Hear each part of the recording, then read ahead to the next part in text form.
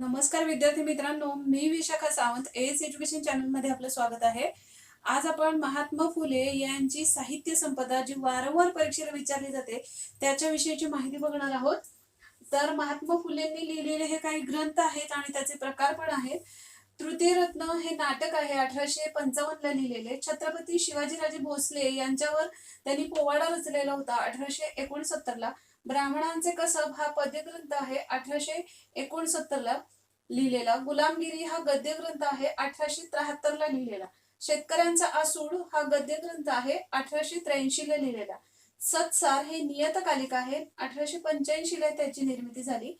इशारा हा गद्य ग्रंथ आहे 1885 ला लिहिला गेला. सार्वजनिक सत्य धर्म हा गद्य ग्रंथ आहे 1891 ला. तर मित्रांनो, हे जे ग्रंथ आहेत या ग्रंथांपैकी कोणता ग्रंथ हा महात्मा फुले यांच्या मृत्यूनंतर प्रकाशित झाला हे कमेंट बॉक्स मध्ये कमेंट नक्की करा. आपण आपल्या चॅनलवर नेहमीच परीक्षाभिमुख माहिती देत असतो.